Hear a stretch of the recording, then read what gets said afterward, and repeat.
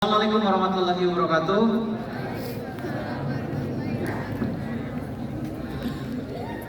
Kok jawabnya nggak seperti jumlah orang yang ada di sini suaranya? Saya ulangi ya. Assalamualaikum warahmatullahi wabarakatuh. Waalaikumsalam warahmatullahi wabarakatuh. Alhamdulillah. Innal hamdalillah nahmaduhu wa nasta'inuhu wa nastaghfiruh wa na'udzu billahi min syururi anfusina wa min sayyiati a'malina. May yahdihillahu fala mudilla lahu wa may yudlil fala hadiya lahu. Asyhadu an la ilaha illallah wahdahu la syarika lahu wa asyhadu anna Muhammadan 'abduhu wa rasuluhu la nabiyya ba'dahu. Allahumma shalli wa sallim barik ala sayyidina wa Muhammad sallallahu alaihi wasallam wa ala alihi wa sahbihi ajmain. Alhamdulillah, puji sinareng syukur sami-sami urang panjatkeun ka Gusti Nu Maha Suci Allah Subhanahu wa taala. Tina enjing ieu urang tiasa kumpul sasarengan kalayan sehat, nikmat iman, nikmat Islam. Alhamdulillah. Salawat wa salam mugia urang terus panjatkeun ka junjungan urang sadayana Nabi Muhammad sallallahu alaihi wasallam, ka kulawargana, ka para sahabatna sareng ka urang sadayana salaku umatna anu insyaallah istiqomah dugi ka yaumil akhir. Amin ya Allah ya rabbal alamin. Mau full bahasa Sunda atau mau bahasa Inggris?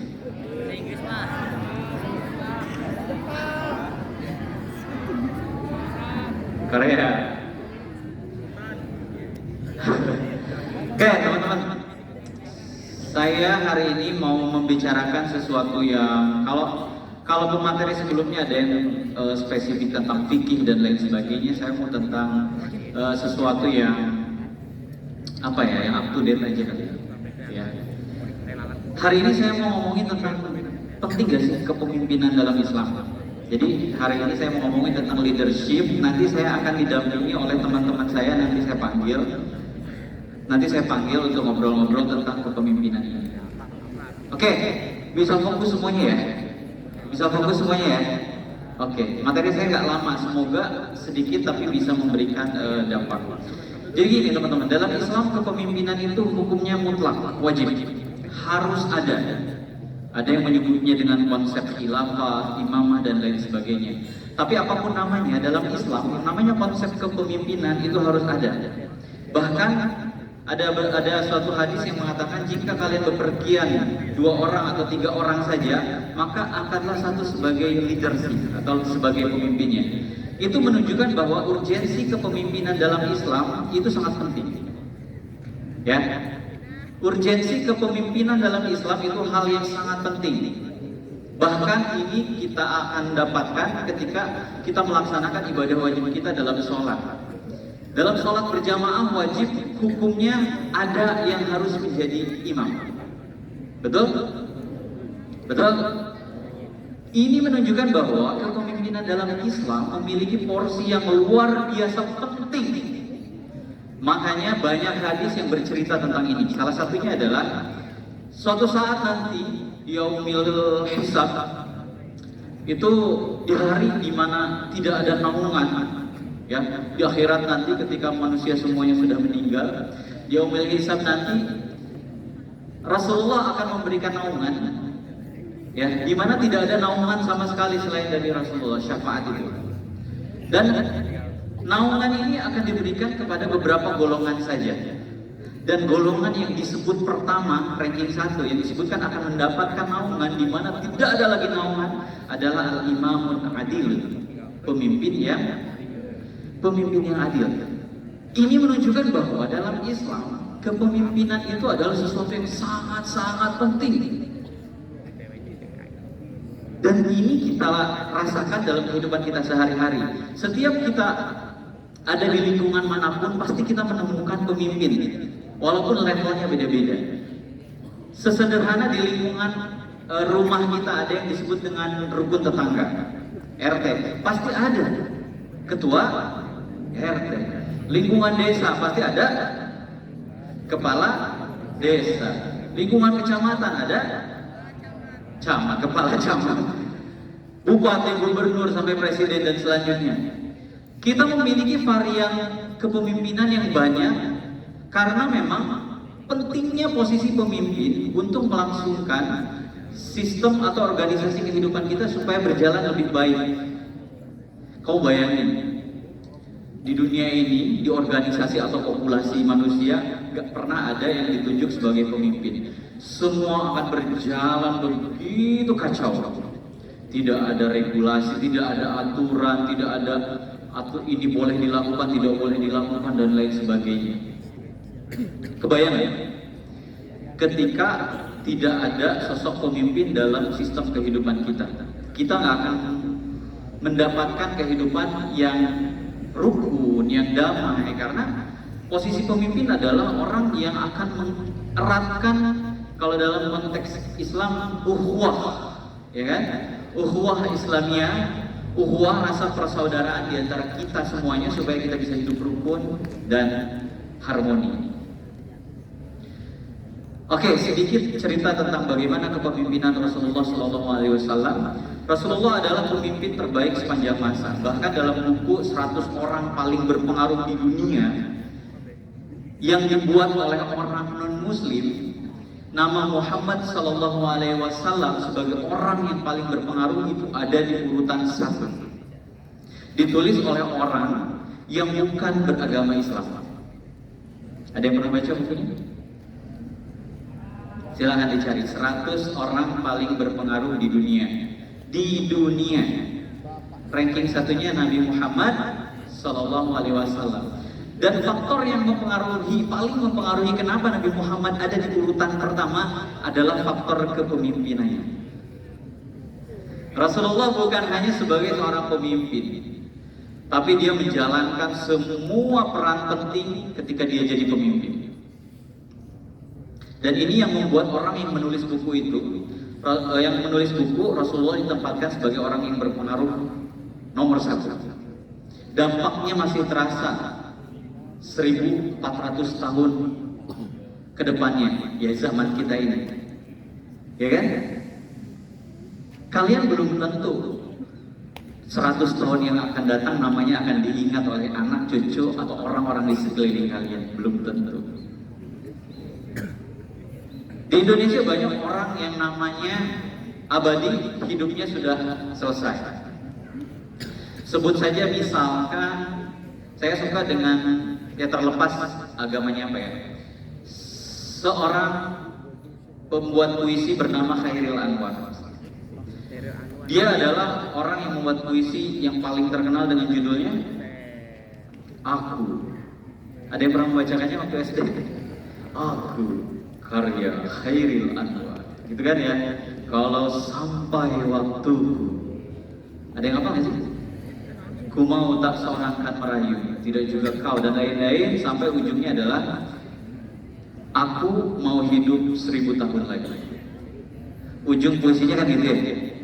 Ini menunjukkan bahwa keinginan umur yang diinginkannya bukan umur biologi, tapi umur namanya. Dan itu terbukti. Khairil Anwar sudah meninggal puluhan tahun yang lalu. Namanya masih disebut di ruang-ruang kelas. Namanya masih disebut di diskusi-diskusi sastra. Namanya masih disebut sebagai orang yang menjadi pembaharu puisi modern Indonesia. Padahal umurnya hanya 20 berapa tahun meninggalnya? Ada yang tahu nggak?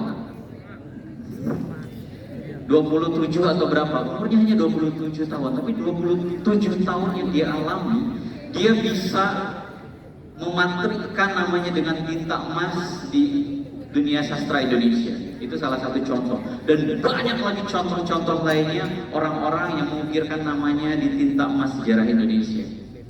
Dan kalian sering dengar di kelas-kelas kalian ketika guru sejarah bercerita tentang Pangeran Diponegoro, Bung Tomo, dan lain sebagainya. Mereka adalah orang-orang hebat yang melakukan sesuatu yang berbeda dengan yang lain. Teman-teman ada yang pernah nonton film atau membaca novel judulnya Bumi Manusia? Karya Pramudia Anantatur. Dan ini difilmkan, dimainkan oleh Iqbal Ramadan. Ada yang pernah nonton? Nonton setengah? Ada yang pernah nonton? Hah? Coba angkat tangan. Ada yang pernah nonton? Pernah nonton? Ceritanya tentang apa? Tentang Iqbal Ramadan. Gimana? Ceritanya tentang Indonesia ketika masih dijajah oleh Belanda. Benar kan? Dan teman-teman, kalau kita mau membuka mata sejarah, sebenarnya pada fase penjajahan Belanda, tidak semua rakyat Indonesia merasa terjajah. Tidak semua rakyat Indonesia merasa terjajah.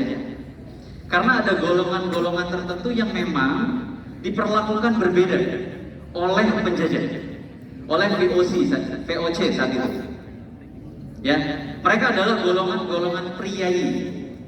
Mereka yang jadi bupati, mereka yang jadi gubernur, itu adalah orang-orang pribumi yang dipilih oleh VOC untuk memimpin di daerah-daerah tertentu yang disebut dengan kaum priai.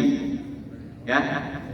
Dan mereka ketika penjajahan Belanda, mereka tidak pernah merasa terjajah karena hidupnya makmur, nyaman, dapat kekuasaan, dapat jabatan, dapat tanah, dapat semuanya.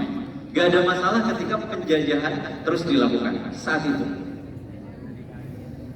Ya, itu adalah kaum-kaum priai, kaum-kaum yang mendapatkan perlakuan khusus dari penjajah saat itu. Kaum-kaum priai pasti akan mendapatkan fasilitas yang berbeda dengan kaum-kaum rakyat jelata seperti kalian. Beda, mereka itu mendapatkan akses pendidikan, disekolahkan, diberi pendidikan sampai ke luar negeri, diperlakukan berbeda. Kamu bayangkan, kalau Indonesia semua mentalnya seperti orang-orang yang mendapatkan jabatan, orang-orang priai seperti tadi. Kira-kira Indonesia bakal merdeka nggak?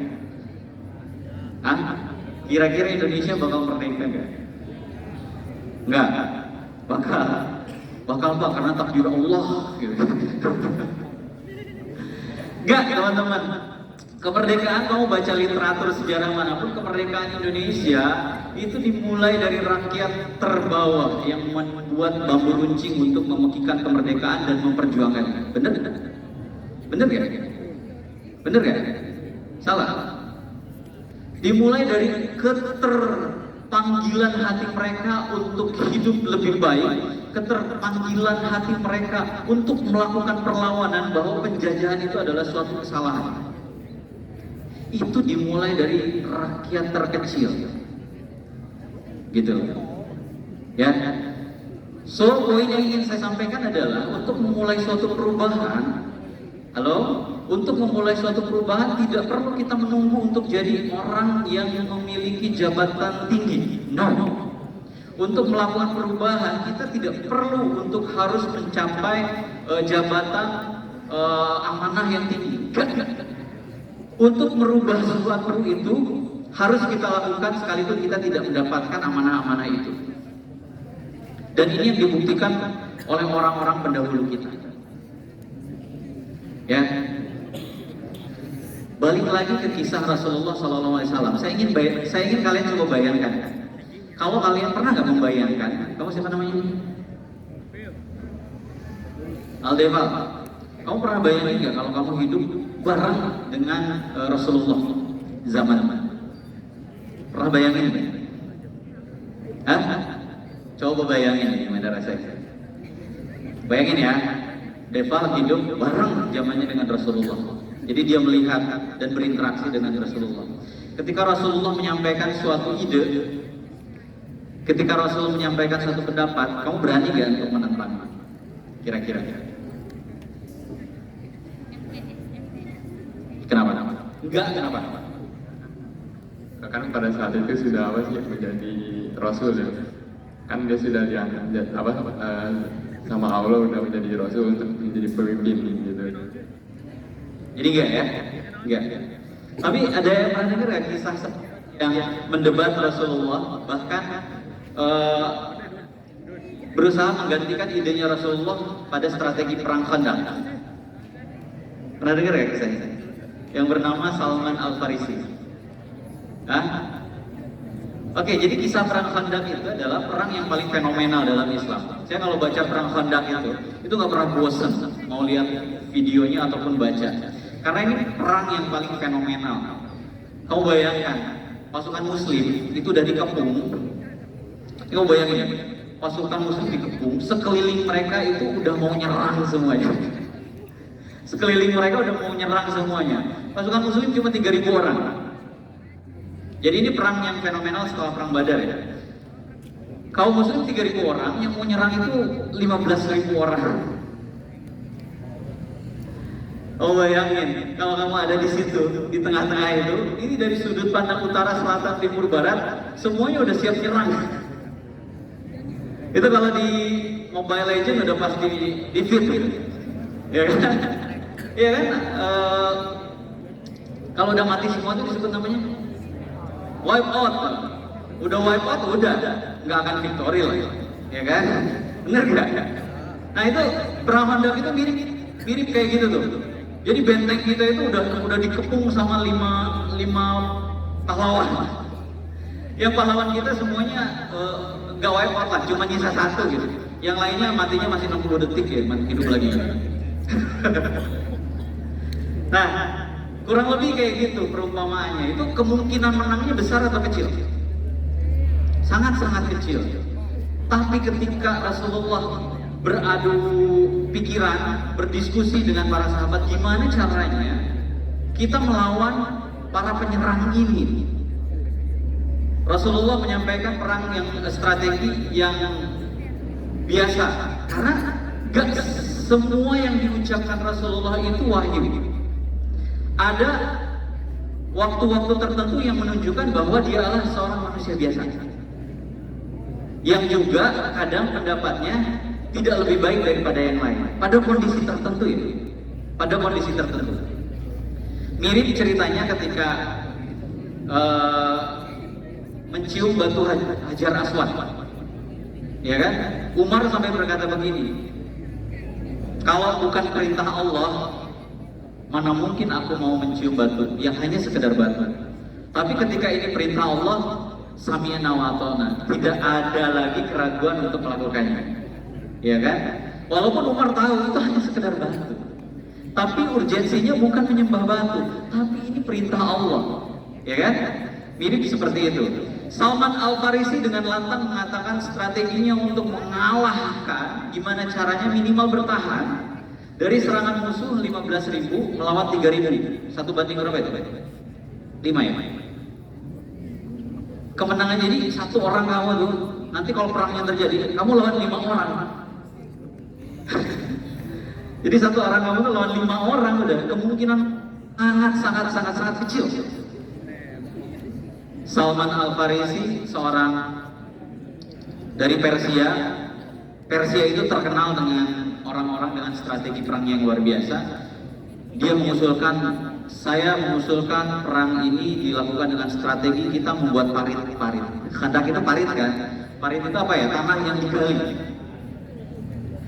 Tanah yang digali supaya mereka tidak mudah masuk menembus area pertahanan. Tahu nggak, paritnya itu dalamnya sekitar 3,9 meter. Dan itu digali sepanjang hampir 6.000 kilometer. 6.000 meter atau kilometer? 6 kilometer lebih lah.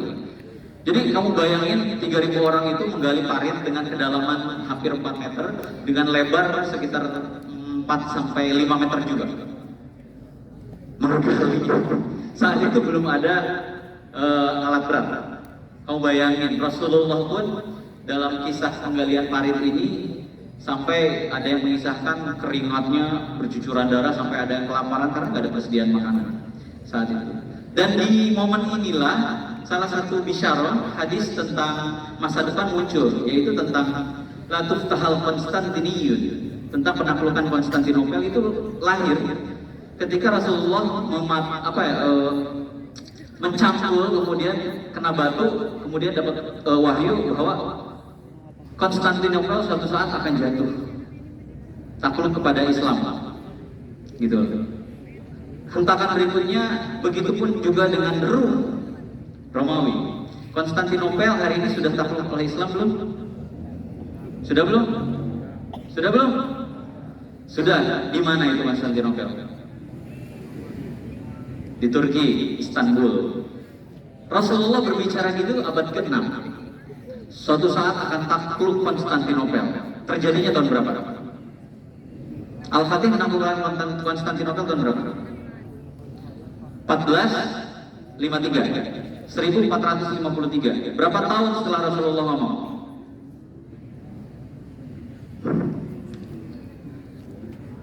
Ratusan tahun. Ya kan? Perkataan Rasulullah terbukti ratusan tahun setelah diucapkan. Karena itu sifatnya bisyarah, kabar gembira. Yang belum apa? Yang belum takluk apa? Rum. Di mana? Di mana Romawi itu? Vatikan. Ya. Tapi ini akan jadi. Rasul janji ini akan takluk suatu saat nanti. Oleh siapa? Mungkin salah satu dari kalian yang akan melakukannya. Amin. Amin. Tapi bagaimana mau menaklukkan kalau kalian itu sekarang menjadi generasi yang nolep, yang gabut, yang gak punya jiwa kepemimpinan? Gimana? Jangankan memimpin orang lain, memimpin diri sendiri saja tidak bisa. Oke, saya mau memanggil teman-teman saya. Ada ketua OSIS di sini? Ada ketua OSIS di sini? Mana? Boleh? Duduk. Sama ketua ROHIS yang baru terpilih. Ada? Mati. Ketua ROHIS yang baru siapa? Mana? Duduk. Mana ketua ROHIS yang baru? Gak ada wakilnya. Nah, wakil. Kaget kan?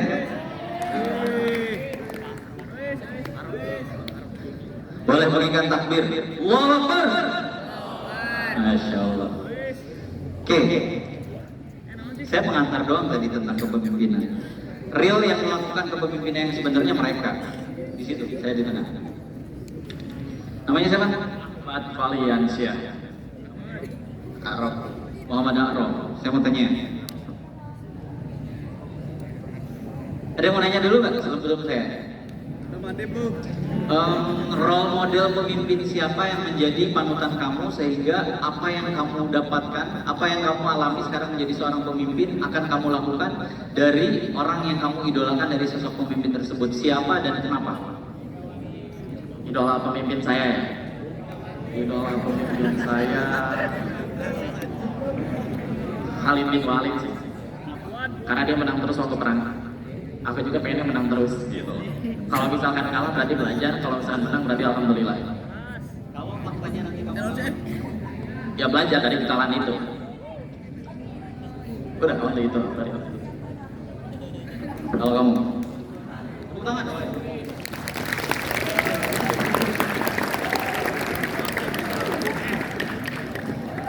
Kalau pemimpinan yang saya idolakan yaitu pemimpinan pada saat Muhammad Al-Fatih juga, karena saat itu kayak hal yang mustahil dilakukan gitu bisa terjadi gitu, bisa menjadi nyata. Saat itu umur Al-Fatih berapa ketika menaklukkan Konstantinopel? Ada yang tahu? Muhammad Arab tadi bilang sosok pemimpin yang menjadi inspirasi dia adalah Muhammad Al-Fatih. Muhammad Al-Fatih adalah seorang penakluk Konstantinopel. Ada yang tahu berapa umur Muhammad Al-Fatih ketika menaklukkan Konstantinopel? Ada yang tahu? 21 tahun. Dan dia di umur belasan sudah menjadi sultan. Kamu berapa umurnya sekarang? 16 tahun nih segede gini Muhammad Al-Fatih udah menjadi pemimpin. Ini juga sama ya. Oke, pertanyaan berikutnya ya. Ini tegang banget. Saya nggak kasih spoiler, mereka akan saya panggil soalnya. Pertanyaan berikutnya. Ketika kamu jadi pemimpin, harapan apa yang ingin kamu wariskan kepada generasi-generasi kamu selanjutnya dari kepemimpinan yang kamu lakukan sekarang?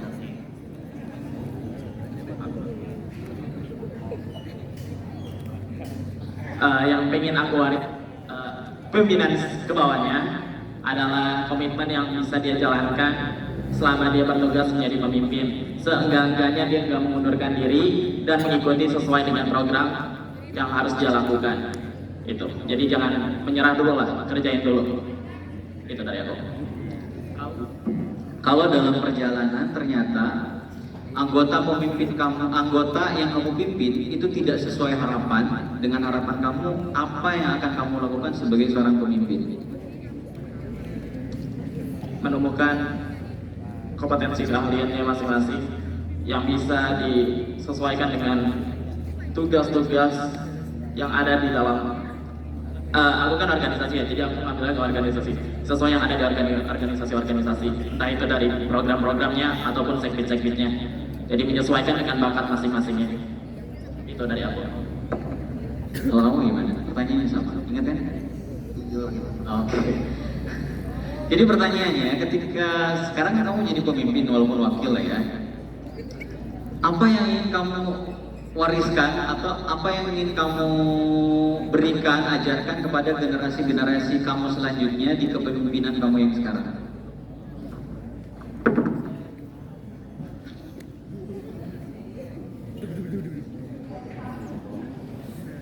Tentang tanggung jawab dan juga suatu komitmen terhadap kepemimpinannya.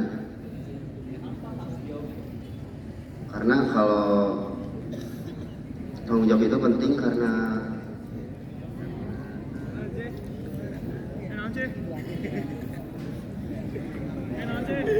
Oke, mikir dulu. Saya mau ngomongin tanggung jawab ke perempuan. Kamu ingin pria yang bertanggung jawab atau tidak? Kenapa?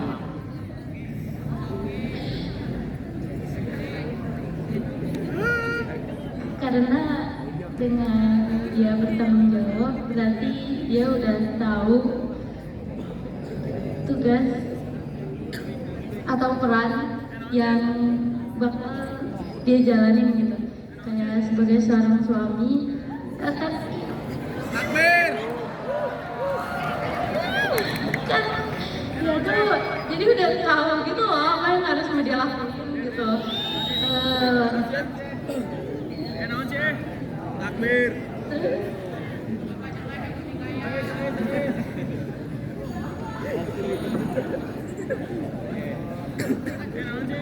Tadi nge-spill sosok suami, berarti saya kesini. Oh ya, ini cocok nih saya tanya. Siapa yang mau ditanya? Siapa?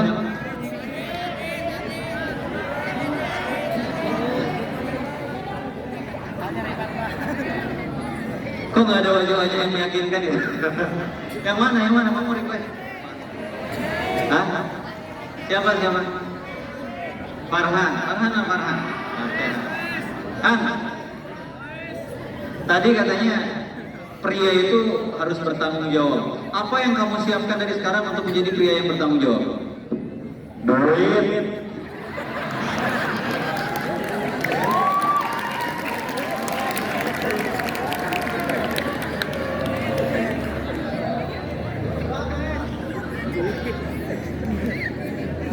Siapin mental.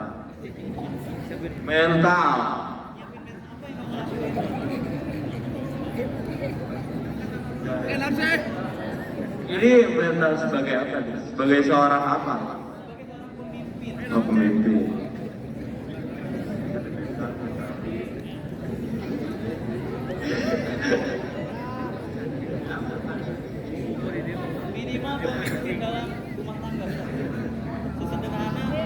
Ya,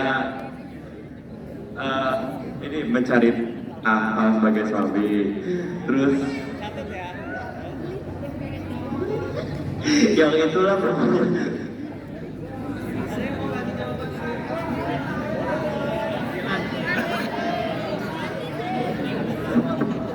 Ada yang mau kasih jawaban lebih lengkap lagi? Siapa? Oke.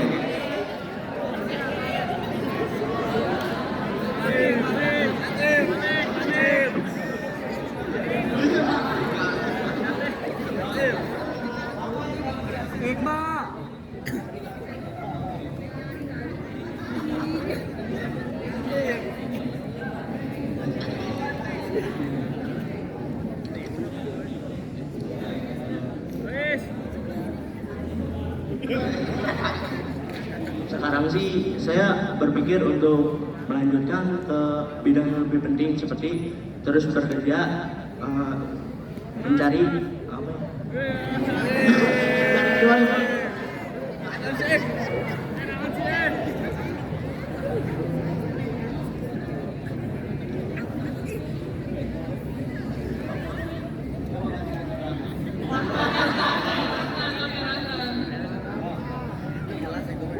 Kalau dari saya sih lebih ke belajar, bekerja keras, karena sebelum kita memimpin orang lain, kita harus bisa memimpin diri kita sendiri. Contohnya, kayak misalkan kita gak boleh telat, sholat 5 waktu, bagi yang muslim, kita harus menjalankan kewajiban kita. Selain sholat, kita juga harus belajar, baru habis itu kita fokus ke bidang yang kita hobi. Misalkan kayak, ya mungkin kalau misalkan, apa ya, tergantung hobinya sih, gitu Pak. Oke, saya dapetin poin-poin yang lumayan bagus. Jadi untuk jadi yang bertanggung jawab itu dimulai dari memimpin diri sendiri dulu, right? Itu? Oke. Dan memimpin diri sendiri itu nggak mudah. Menurut kamu udah bisa memimpin diri sendiri atau belum? Sudah, dengan tepatnya saya sholat 5 waktu, dengan saya pasti, bener lah. Kan kelihatan nih muka-muka orang soleh. Dengan saya bisa sholat 5 waktu dan juga bisa membantu orang tua, menurut saya itu sudah cukup untuk memimpin diri sendiri. Minimal mandi. Kalau kamu gimana? Menurut kamu udah bisa memimpin diri sendiri belum? Menurut saya sudah sanggup untuk memimpin diri saya sendiri karena ada beberapa hal. Karena jika saya mempunyai tujuan, saya bisa memimpin diri saya hingga mencapai tujuan itu, dan juga ada beberapa tanggung jawab yang sudah saya bisa laksanakan di setiap harinya. Dan juga saya dapat mengendalikan hawa nafsu dan beberapa hal lain dari diri saya. Boleh tepuk tangan buat teman-teman kita yang ada di depan. Luar biasa. Jawaban seorang pemimpin ya. Luar biasa. Karena kalau kalian nonton film Spider-Man No Way Home, itu ada quote, setiap kekuatan besar itu akan memiliki tanggung jawab yang besar. Benar ya? Itu kata siapa? Mary Jane. Bibi May, itu kata Bibi May di film Spider-Man No Way Home. Jadi gini, kalau kalian punya potensi yang besar, kekuatan yang besar, itu akan berbanding lurus dengan resiko dan tanggung jawab yang besar. Kalau kalian tidak memiliki resiko yang berarti kalian belum memiliki potensi yang besar. Dan untuk memiliki potensi yang besar dibutuhkan kemampuan untuk berani mengambil resiko dan berani melakukan sekalipun nanti itu akan salah. Bener gak? Karena kata Mahatma Gandhi, orang itu kalau kita melakukan sesuatu itu dua kan kemungkinannya ya, berhasil atau gagal, bener ya? Orang yang hebat, orang yang memiliki jiwa kepemimpinan, dia akan melakukan sekalipun nanti mungkin tidak berhasil. Tapi orang yang tidak berkarakter pemimpin, dia memilih untuk tidak melakukan.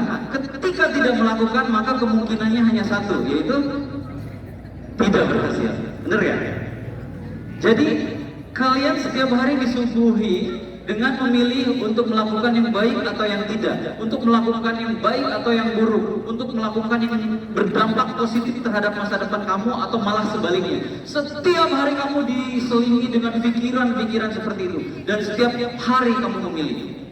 1 jam lagi. Oh, mau ujian? Oke, siap. Oke, saya tutup ya materi hari ini dengan saya tanya, menurut kamu tutup materi kepemimpinan ini adalah pemimpin yang ideal menurut kamu pemimpin yang seperti apa? Pemimpin yang ideal menurut aku, berarti menurut aku ya, adalah seseorang yang bisa mengkoordinir gagasan-gagasan teman dan juga menyatukan teman-temannya untuk bisa mencapai tujuan yang ingin dicapai bersama. Seorang pemimpin yang ideal menurut aku kayak gitu. Ada di Google coba. Oke, tepuk tangan buat ketua OSIS kita. Semoga ketua OSIS kita masuk surga duluan ya. Karena kan pemimpin yang adil itu masuk surganya duluan. Ya, tapi kalau salah pemimpinnya masuk nerakanya juga duluan. Oke, kalau menurut kamu pemimpin yang ideal, yang bagus, yang baik menurut kamu tuh kayak gimana? Yang pasti pemimpin yang bertanggung jawab, lalu pemimpin yang adil, dan pemimpin yang dapat menyatukan pikiran semua anggotanya hingga mencapai tujuan itu, lalu pemimpin yang dapat menciptakan keharmonisan dalam keorganisasian itu. Mungkin segitu. Tepuk tangan semuanya, terima kasih. Ya, jadi jangan takut untuk menjadi pemimpin, karena Rasulullah bilang, kullukum ra'in wa mas'ulun an ra'iyatihi. Setiap kamu, ya, pemimpin itu ditujukan kepada setiap kamu, dan kita diminta untuk minimal mempertanggungjawabkan kepemimpinan kita terhadap diri kita sendiri. Di surat Yasin telah disebutkan bahwa suatu saat anggota tubuh kita akan berbicara hal apa yang mereka lakukan selama hidup. Tangan kita berbicara, kaki kita berbicara, mata kita berbicara tentang apa yang dilakukan selama di dunia. Dan itu fungsi kita memimpin diri kita sendiri. Terima kasih atas perhatiannya. Semoga materi hari ini bisa memberikan dampak yang membuat kalian jadi jauh lebih baik daripada hari kemarin. Billahi taufiq wal hidayah wa ridha wal inayah. Assalamualaikum warahmatullahi wabarakatuh. Terima kasih.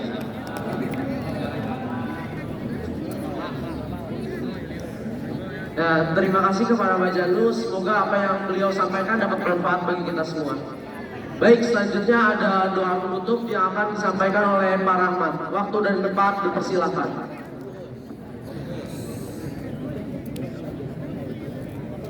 Bismillahirrahmanirrahim.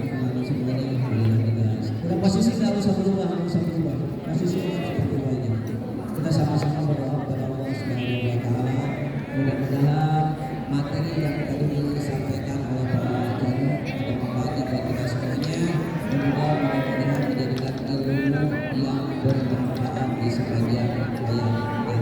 Amalkan, laksanakan apa yang telah kalian mendapatkan ilmu hari ini. Dan terima kasih kepada Pak Janu, mudah-mudahan ilmunya berkah buat kita semuanya.